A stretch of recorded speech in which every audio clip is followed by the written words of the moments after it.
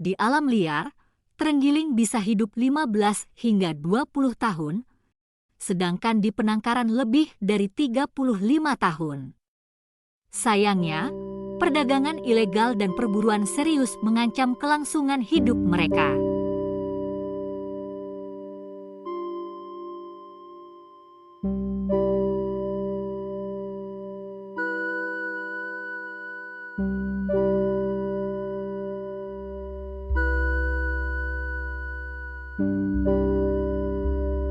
Terenggiling adalah mamalia nokturnal yang sering ditemukan di wilayah tropis dan subtropis.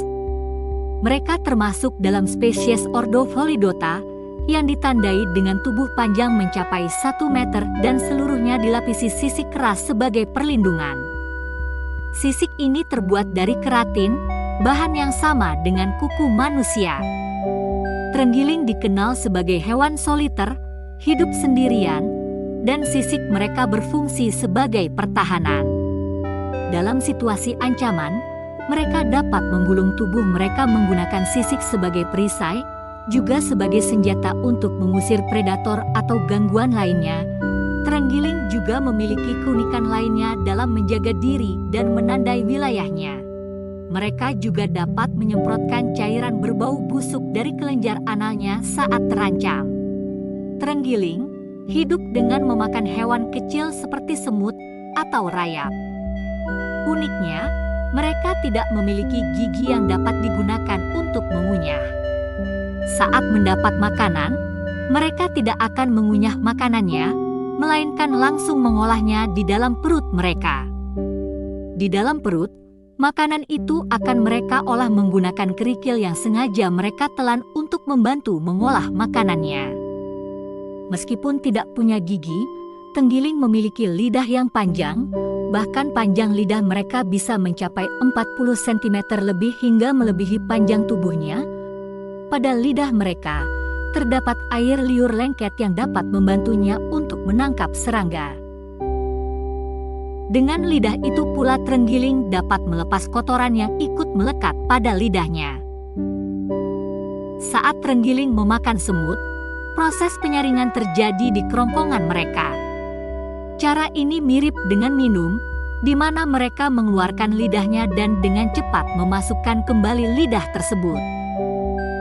Terenggiling menggunakan indera penciuman yang tajam untuk menemukan semut atau rayap, dan begitu menemukan lokasi yang diinginkan, mereka menggunakan cakar kaki depannya untuk menggali hingga semut atau rayap keluar dari sarang. Cakar kaki depan biasanya lebih panjang dari cakar kaki belakang. Setelah itu, mereka menggunakan lidah panjang dan lengket untuk menangkap semut atau rayap sebagai makanan mereka. Sebagai pemangsa serangga, terenggiling berperan sebagai pengendali populasi rayap yang sangat penting di habitatnya. Seekor terenggiling dapat memakan sekitar 20.000 semut setiap hari atau sekitar 73 juta semut setiap tahunnya.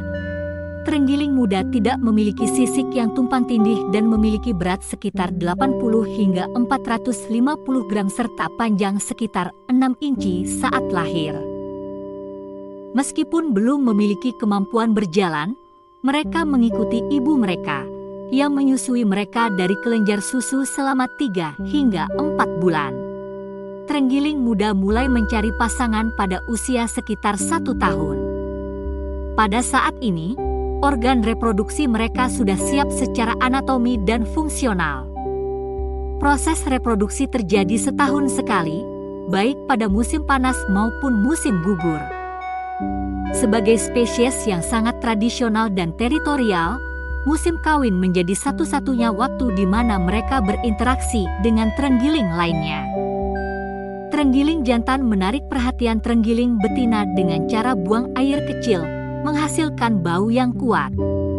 Betina dapat mengenali dan menemukan jantan melalui indera penciuman yang tajam mereka.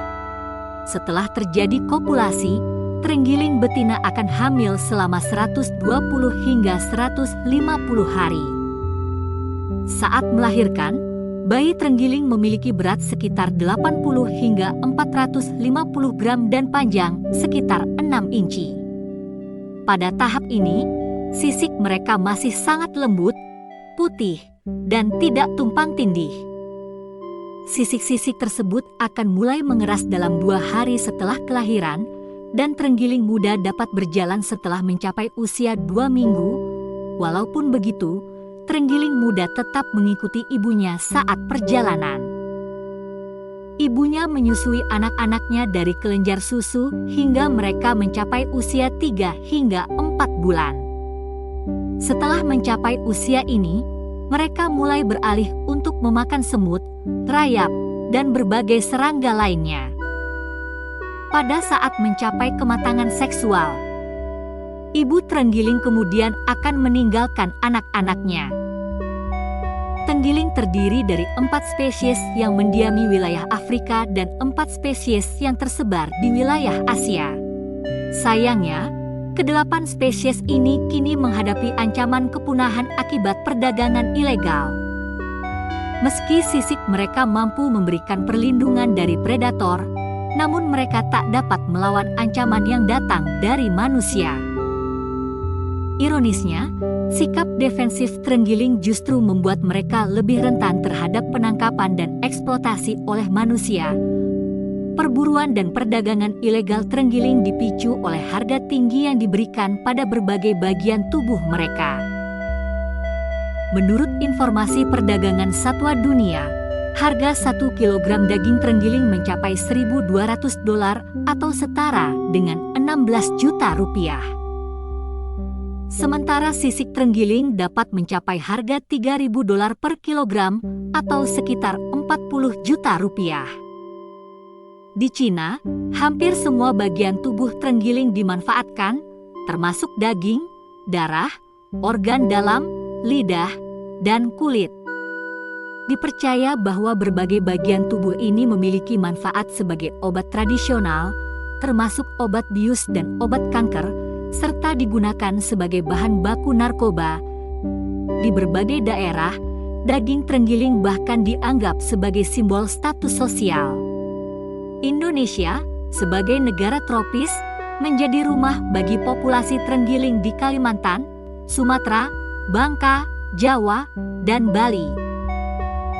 Meskipun sudah dilindungi oleh Undang-Undang Nomor 5 Tahun 1990 tentang Konservasi Sumber Daya Alam Hayati dan Ekosistem, serta Peraturan Pemerintah Nomor 7 Tahun 1999 tentang pengawetan jenis tumbuhan dan satwa, terenggiling di Indonesia masih menjadi target perburuan liar yang kemudian diselundupkan ke luar negeri, termasuk Singapura, Vietnam, Thailand, Taiwan, dan Tiongkok.